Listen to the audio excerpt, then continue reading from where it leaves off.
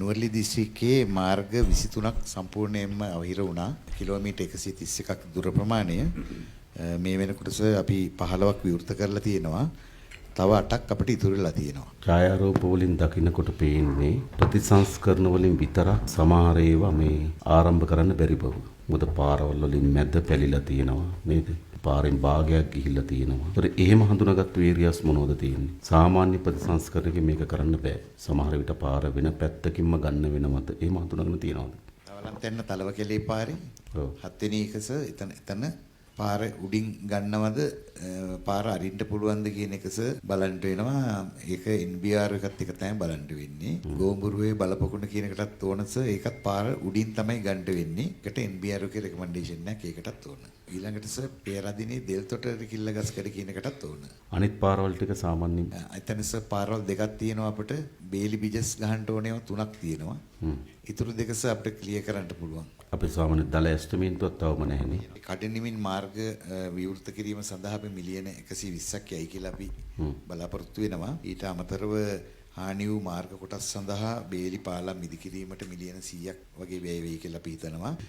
මාර්ග බෝක්කු සහ පැතිබෙමි සහ මාර්ගවල හානි වෙච්ච කොටස් වලට බිලියන 14ක් වගේ යයි කියලා අපි මේක රෆ් එස්ටිමේෂන් එකක්. ඒතර මේකේ අපිට දැන් කඩිනම් මාර්ග විවෘත කිරීම ඒක දැන් අපි කරන්න ඕන. ඒක මේ අවුරුද්ද අපි කරගෙන යනවා මුදල් තියෙනවා නේද? දෙවෙනි එක හානි වූ මාර්ග කොටස බෙලි පාලම් ඉදිරිපත් කරව යට එක. හතරවෙනි එකත් අපිට මේ අවුරුද්දේ කරන්න ඕන පාලම් ටික හොයාගන්න ඕනේ. RD එක අපිට නිකන් සම්පූර්ණ රටේ ඇස්තමේන්තු වගේ තිබුණේ 190 බිලියන. ඒ බිලියන 190න් බිලියන 40ක් දැන්ට වෙන් කරලා තියෙන මුදල් ප්‍රතිපාදන වලින් සපුරා ගන්න පුළුවන් වගේ අදහසක් ඒ පැත්තෙන් ඉදිරිපත් වුණා. ඒකට තව තියෙන බිලියන 150ක් විතර අවශ්‍යතාවය. ඒකට අපෝ හිතන අපිට ඒක ලබා දෙන්න පුළුවන් වෙන්නේ. ඒ නිසා මේක වැඩ කටයුතු ඔක්කොම පටන් ගන්න අපි අවශ්‍ය වෙන ප්‍රතිපාදන ලබා දෙන්න ඉක්මනින්ම අවසන් කරන්න බලාගන්නේ.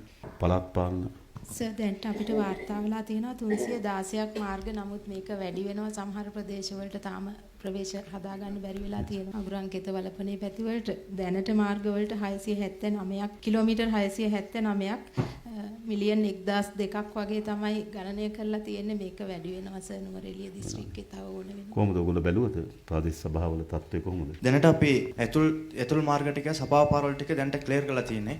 තව ටිකක් තියෙනවා ජනාධිපතිතුමනේ. ඒ වගේම අතුරු මාර්ග සෑන්ට ගලවගෙන හේදිලා ගිහලා තිනවා. ඒව නැවත අලුතින් දාන්න වෙනවා. අනිත් සභාවල හගුරක්කත ප්‍රාදේශ සභාවේ දැනට අපි හඳුනාගෙන තියෙන පාරවල් 92ක් හඳුනාගෙන තියෙන කිලෝමීටර් 400කට ආසන සංඛ්‍යාවක් තව හඳුනා නොගත් විශාල ප්‍රමාණයක් තියෙනවා. මම හිතන්නේ මේ ප්‍රදේශවල බොහෝ තැන්වල බෝක්කු අරමුව කැඩී ගිහිල්ලා තියෙනවා. ඒ වගේම පස්කන්දු ඇවිල්ලා තියෙනවා. අපිට RD පාරවල්, PRD පාරවල් සහ පළාත් පාලන ආයතන වලට අයිති නැති පාරවල් අපිට 800 ගාණක් තියෙනවා. කැසට් කරලා කාටවත් වගකීම පවරපු නැති. ඒතර ඒව තමයි මේ සමහර බස් දුවන්නේ ග්‍රාමීය ජීවිතයේ සම්පූර්ණම ප්‍රවාහන පද්ධතිය රැකිලා තියෙන පාරවල් ටික. මේක ඒකත් කවුන්ට් වෙන්න ඕන මේ ඒ පාරවල් 800 ගානේ. නුවරඑළියේ පාරවල් කීපයක් තියෙනවා රජයේ කිසිදු ආයතනයකට අයිති නැති. ඒවා කම්පැනිස් වලට අයිති ඒවා. මේක අද ඩිසිෂන් එකක් ගන්න මේ වතුවල පාරවලට මොනවද කරන්න ඕනේ කියලා. ඒ කියන්නේ අපි ස්ටඩි එකක් කරලා වර්ගීකරණය කරලා අදාළ ආයතනවලට පවර්ලා ඉවර කරන්න. නැත්තම් ඒ වගේ ජනතාව ඒවා පාවිච්චි කරනවා. ඒ ජනතාව නේද? තමුන්වන්සලා ඡන්දෙත් දිනවා. හැබැයි මේ පාර ප්‍රතිසංස්කරණය කරන්න ඒ ප්‍රාදේශ සභාව වලට අයිතියක් නැහැ නේද? ඒ කියන්නේ දැන් අර වතු සමාගම් ඇතුලේ තියෙන පාරවල් ඒ වත්ත ඇතුලේ ක්‍රියාකාරීත්වයට එහා ගියපු ප්‍රධාන නගරයත් එක්ක සබඳතාවයක් තියෙනවා නම් ඒ පාරවල් ඒවා අපි ආණ්ඩුවට පවර ගන්න ඕන. ඒ කියන්නේ ඒවා වත්ත ඇතුලේ ක්‍රියාකාරීත්වයට පමණක් විතරක් නම් ඒක වත්තට දෙන්න. හැබැයි වත්ත ඇතුළට නැතුව ඒවා ප්‍රධාන නගරත් එක්ක සම්බන්ධතාවයක් තියෙන පාරවල් නම් ඒවා පවරගෙන ඒක ප්‍රාදේශ සභාවට හරි PRD එකට හරි පවරන්න. එහෙම නැතුව ඒගොල්ලෝ නඩත්තු කරන්නෙත් නෑ. හැබැයි මිනිස්සු වත්තට යන්න විතරක් නෙවෙයි ඒක පාවිච්චි කරන්නේ. නගරයටත් එන්න පාවිච්චි කරනවා නේද? අනිකුත් පොදු කටයුතු වලටත් ඒ පාර පාවිච්චි කරනවා. වත්තේ වැඩ වලට විතරක් නෙවෙයි. නම් ඒ පාරවල් ටික ප්‍රතිසංස්කරණය කරලා දෙන එකත් අපේ වගකීමනේ නේද? ඒ නිසා ඒ ටික බලන්න නේද? ඔබතුමී ඒ ටිකත් හඳුනගන්න ඒවා ටික පවරගෙන අපි ඉවර කරමු ටික. නැත්නම් හැමදාම නුවරඑළියේ එන ප්‍රශ්නේ තමයි මේ පාරට අයිතිකාරයෙක් නැහැ වත්තෙන් හදනවද කියලා බලන් ඉන්නවා. ප්‍රාදේශ සභාවෙන් හදනවද කියලා බලන් ඉන්නවා. මම ඔය කඳු උඩට යනකොට පාරවල් නැහැ. ඇත්තටම පාරවල් නැහැ. අර පරණ එලපු අර අඟල් 9 ගල් දාපු වලවල් ගොඩක් තියෙනවනේ. බයිසිකලයකටත් යන්න බෑ වගේ.